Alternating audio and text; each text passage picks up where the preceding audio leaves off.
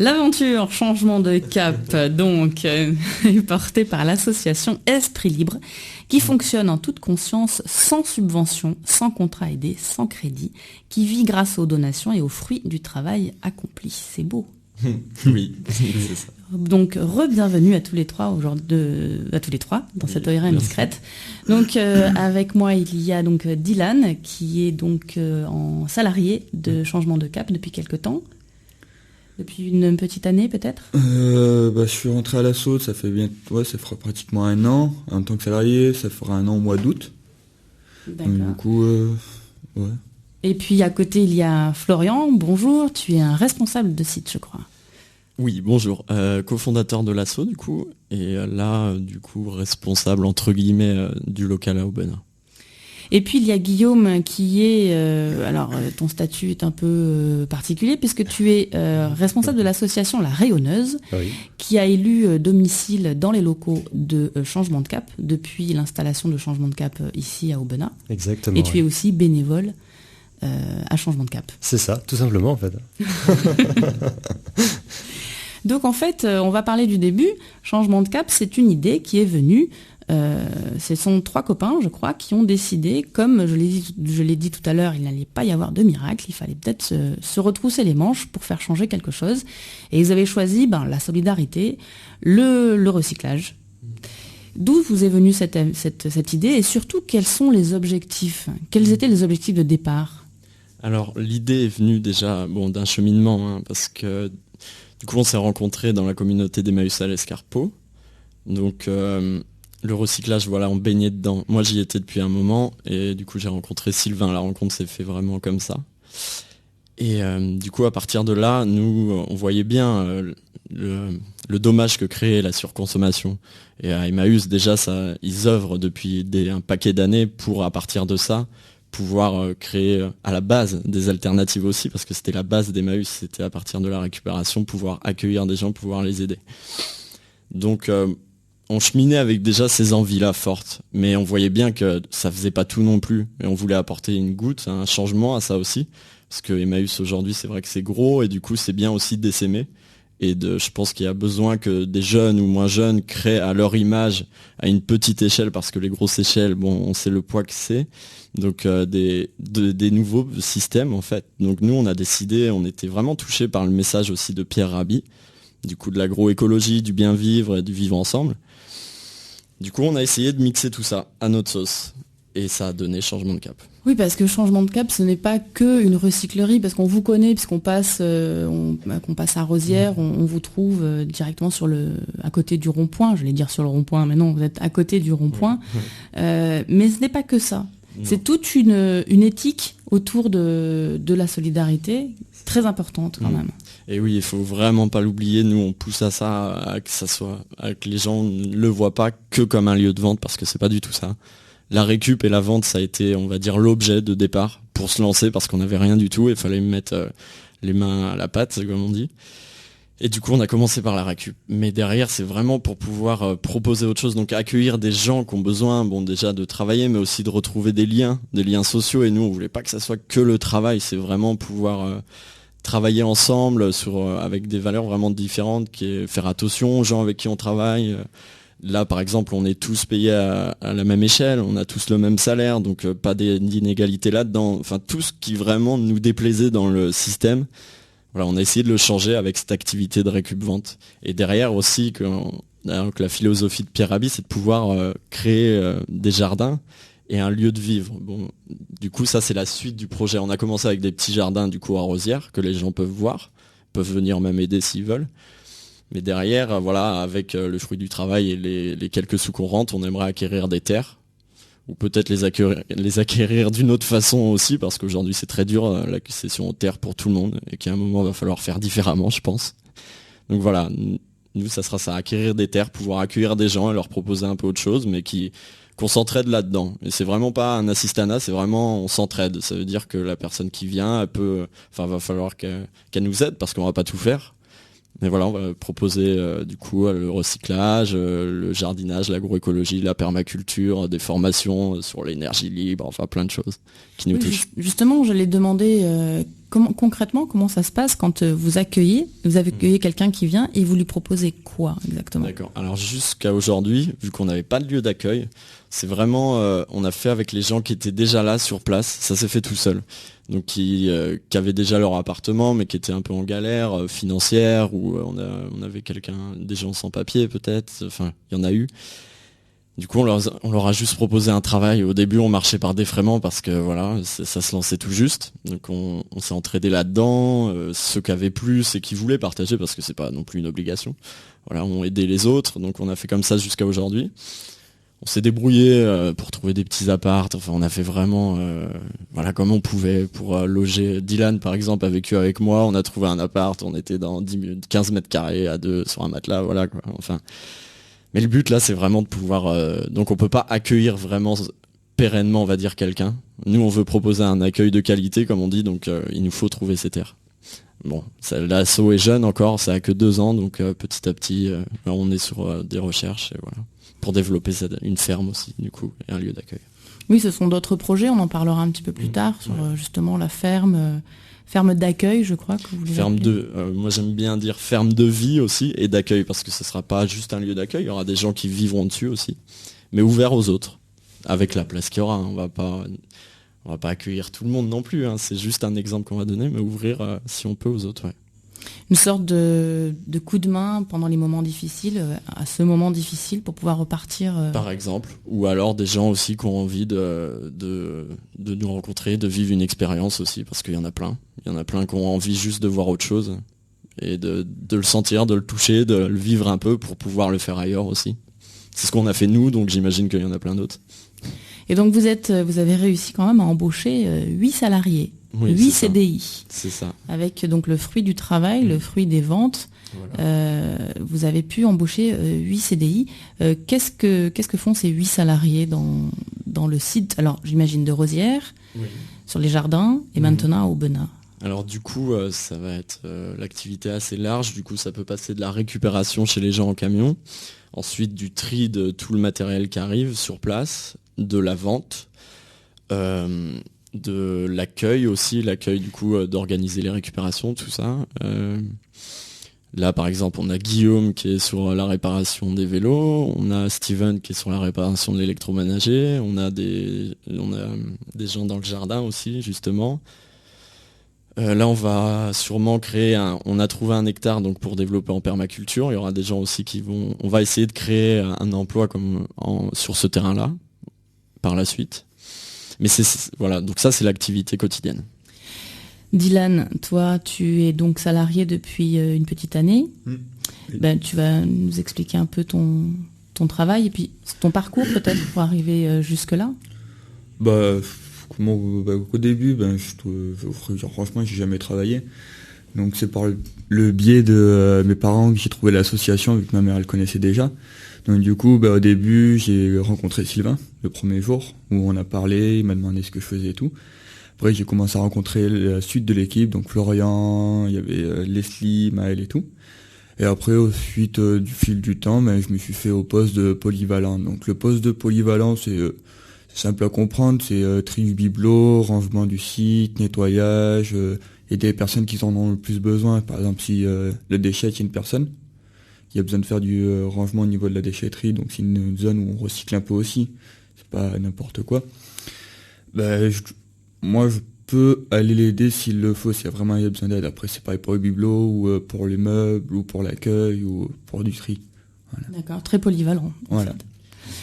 Quand vous êtes installé donc à Rosières, est-ce que vous avez senti qu'il y avait eu un besoin de la part des gens, des habitants, de ce genre de site? Parce que je crois qu'il n'y a pas d'Emmaüs en Ardèche. Non, il n'y a plus d'Emmaüs. Il y en a eu un au Aubenas, mais il y a 4-5 ans, il me semble. Si, je crois, ou un peu plus. Et oui, il y a eu un besoin. Il y avait un gros besoin. Enfin, on a eu des retours super positifs depuis qu'on est arrivé à Joyeuse. Donc, il n'y avait pas ça ici. Ça fait vraiment plaisir. Enfin, voilà. Et à Aubenas, là qu'on vient d'arriver, c'est la même. Donc vraiment, oui, on tombait bien. Et nous, c'est vrai qu'au début, on savait pas trop sur quoi partir, la récup ou l'agroécologie. Et bon, la récup s'est fait en premier parce que les gens nous ont vraiment soutenus là-dedans. Ça, on a eu que des retours positifs. On va continuer avec toi, Guillaume, tout à l'heure. Mais avant, moi, je vous propose d'écouter Erwan, qui chante un titre de circonstance, puisque je crois que ça s'appelle Le Recyclé. Le Recyclé. Après une nuit bien arrosée, un réveil en sous-marin, parce que ma vie tournait en rond, il fallait bien. Je lui donne un sens, une destinée, incapable de changer le monde. Je me suis dit, c'est moi que je vais changer. Je vais me recycler. J'ai plongé dans la boîte verte qui recycle le verre en me transformant en bouteille pour être jeté à la mer. Recyclé en verre, à bière à Las Vegas, dans un casino de seconde classe. Ma fin fut brutale. Lors d'une bagarre générale, j'ai fini sur la tronche d'un visage pâle qui avait mal planqué ses as.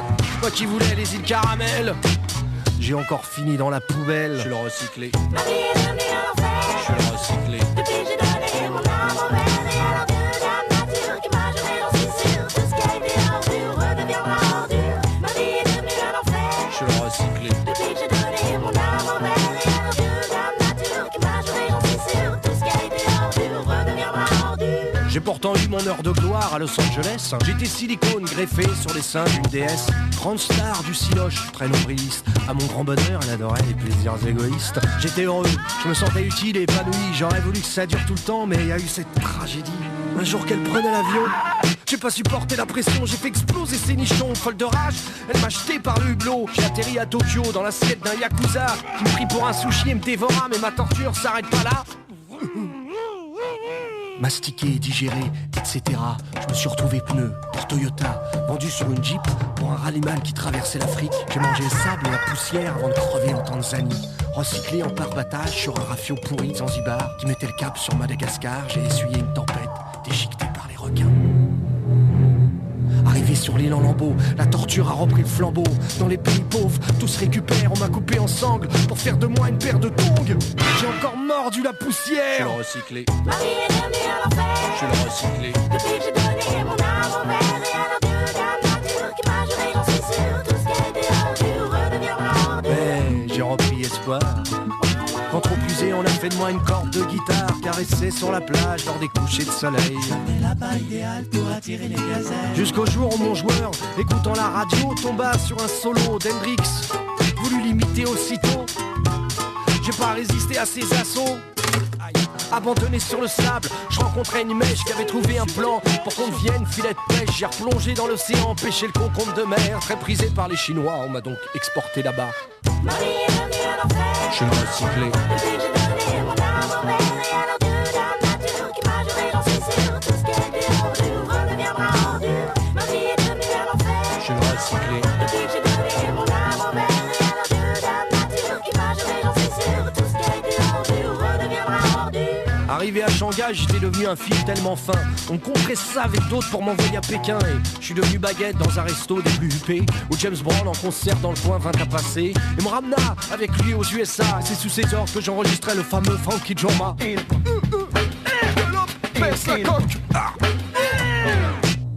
Allais-je enfin pouvoir me reposer? Mais non, trop tard car j'étais sur la bombe. Les gens finiraient-ils par m'oublier? Aujourd'hui encore, ils en redemandent. Sampler, ressampler avec le rap, la techno, je deviens fou. Ma vie est une boucle, je suis comme un hamster dans sa roue. J'aimerais en finir une fois pour de bon. Mais les programmeurs sont pas inspirés, ils ont pas d'imagination. Pitié, arrêtez de me sampler, ressampler, recycler, ressampler, recycler, recycler. C'était Erwan, le recyclé. Nous sommes toujours en compagnie de Guillaume, Dylan et Florian.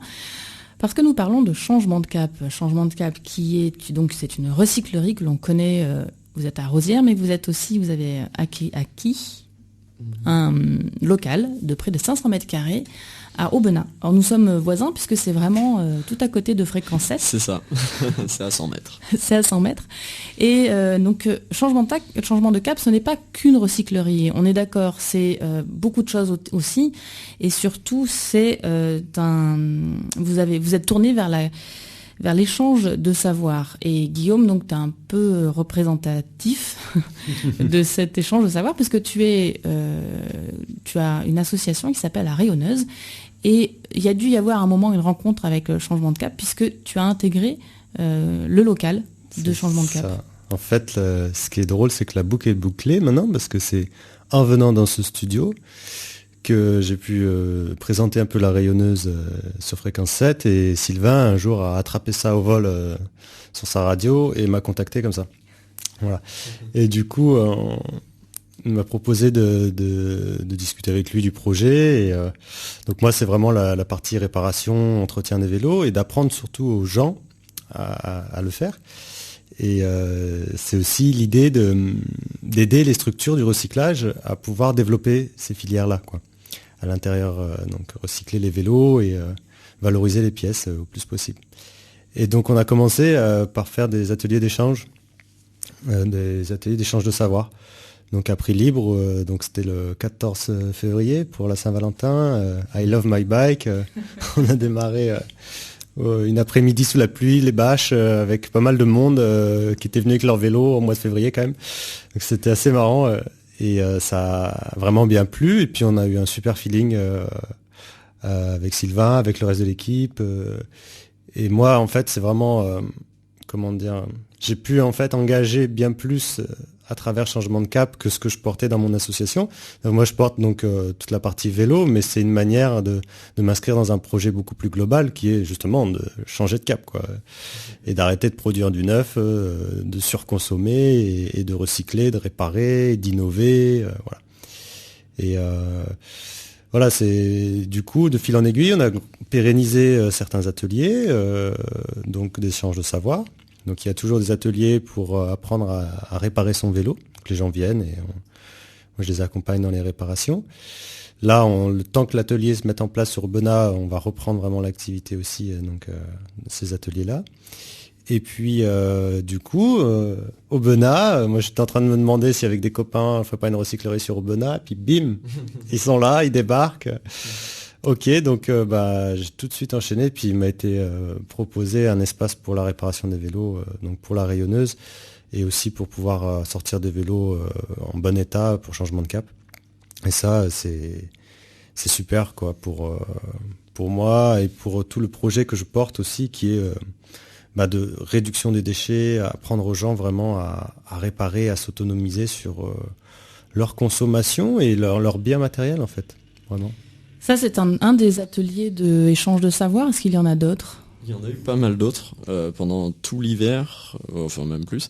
On a fait l'énergie libre, par exemple, avec Jean-Christophe Dumas, qui est un inventeur du coin. On a fait les rocket stoves, qui sont des poêles de masse faits à partir de barils. On en a fait pas mal, je m'en souviens pas de tous, et on va continuer à en faire du coup. Et c'est vraiment intéressant parce que le but aussi, c'est que ça reste ouvert à tous, donc à prix libre. Donc voilà, c'est populaire et nous on tient à ça. Surtout Sylvain, du coup on peut lui dire merci parce que qu'organise tout ça, et il est très bon là-dedans à trouver des partenaires, mais des gens qui portent vraiment leur projet. Comme on voit Guillaume, lui les vélos c'est son truc, quoi. Et du coup ça se transmet d'une façon sur le site, c'est énorme. Et les autres qui sont venus, enfin je vois Dan, Jean-Christophe et plein d'autres, voilà, sont pas là pour le fric. Ils sont vraiment là pour ce qu'ils font, ils aiment ça et ils le transmettent superbement bien. Donc voilà, c'est excellent, on va continuer à en faire. Là c'est vrai qu'on est pris par le temps, c'est l'été, les gens nous ramènent plein de matériel et on court dans tous les sens. Mais du coup, dès qu'on a un peu de temps, on remet ça en place, et sur Rosières et sur Aubenas, je pense qu'on va... Et ouais, c'est ce qui est marrant, c'est que ce qu'on disait hier en discutant avec Sylvain, c'est un peu l'idée, c'est que presque tout le monde est intervenant, en fait, d'une manière ou d'une autre. On porte tous quelque chose qui est transmissible comme ça, et qui pourrait finalement... alors voilà, il y a les vélos, il y avait genre cueillette de violettes, je me souviens. Il y a vraiment, c'est quelqu'un qui porte vraiment quelque chose qu'il a envie de transmettre. C'est un espace qui est ouvert pour ça, de manière très facile. Je veux dire, moi j'ai déjà tenté de faire des ateliers dans d'autres types de structures. Des fois, il faut limite secouer la structure pour dire non, mais je viens travailler chez toi, te proposer quelque chose. Tu vois. Changement de cap, ça fait super vite, quoi. Et ça c'est vraiment une force, quoi. Et que les gens peuvent reproduire, parce que c'est vrai que si on partage tous nos savoirs, mais là on change tout. Enfin c'est le partage, quand on parle de miracle, ça serait un petit miracle, le partage, qui est possible à faire tous les jours, quoi. Il faut le provoquer, le miracle, maintenant. C'est ça, mais c'est à tout le monde de s'y mettre. Oui, donc changement de cap, change de cap, donc il permet de changer de cap. Et donc il n'y a pas, si j'ai bien compris, il n'y a pas vraiment à part les ateliers de la rayonneuse, il n'y a pas vraiment d'ateliers pendant l'été. Il y en aura plus à la rentrée ? Ouais, je pense, ouais. Là, donc, cet été, c'est vrai qu'on a pas mal de festivités. On va fêter nos 2 ans le 12 septembre. Là, je conseille aux gens d'aller sur le site internet qui est le www.changedecap.fr, parce que j'ai pas les dates, mais il y a pas mal d'événements, des cinémas en plein air, sur des thèmes assez... Oui, le 25 juillet, justement, Super. vous offrez donc une séance sur le site de Rosières avec la projection de Les Chèvres de ma mère. Voilà. Puis vous avez après des partenaires locaux, Colorasso, vous avez des artistes, vous avez... De toute façon, ça pourrait pas fonctionner sans les adhérents, les bénévoles, les stagiaires, les artistes, donc les artisans partenaires. En tout cas, bravo pour votre initiative qui commence à avoir donc 2 ans. Oui, c'est ça. C'est une belle aventure. Belle aventure qui continue, je le souhaite. Merci. Je rappelle donc il y a donc un 2e local qui a été ouvert à Aubenas, ouvert depuis le début du mois de juin, je C'est crois. ça, le 6 juin. Le 6 juin, qui est ouvert du mardi au samedi. De 14h à 18h. Pour l'instant, 18h30, enfin, jusqu'à ce qu'il n'y ait plus personne. Voilà, 5 mais minutes. Ouais. Et de toute façon, il y a un site, comme tu l'as dit, Ouais. Changement de Cap. Eh bien, merci à tous les 3 d'être venus dans cette oreille indiscrète. Merci à toi, Merci et j'aimerais passer du coup un message. Merci à Fréquence 7, parce que c'est au début quand on a commencé, c'est pas la première radio, mais ça a été une des plus réceptives et qui nous a aussi vachement aidé à nous faire connaître. Donc je pense que c'est super important, ça fait partie du jeu. Merci à vous. Eh ben, tant mieux. Demain on retrouve Anne-Laure qui va parler d'un festival chanson de parole. Merci à tous d'avoir suivi Fréquence 7. Merci à Sylvain, si je ne l'ai pas déjà dit ou si je l'ai dit, je ne sais plus. Et puis moi je vous dis à bientôt.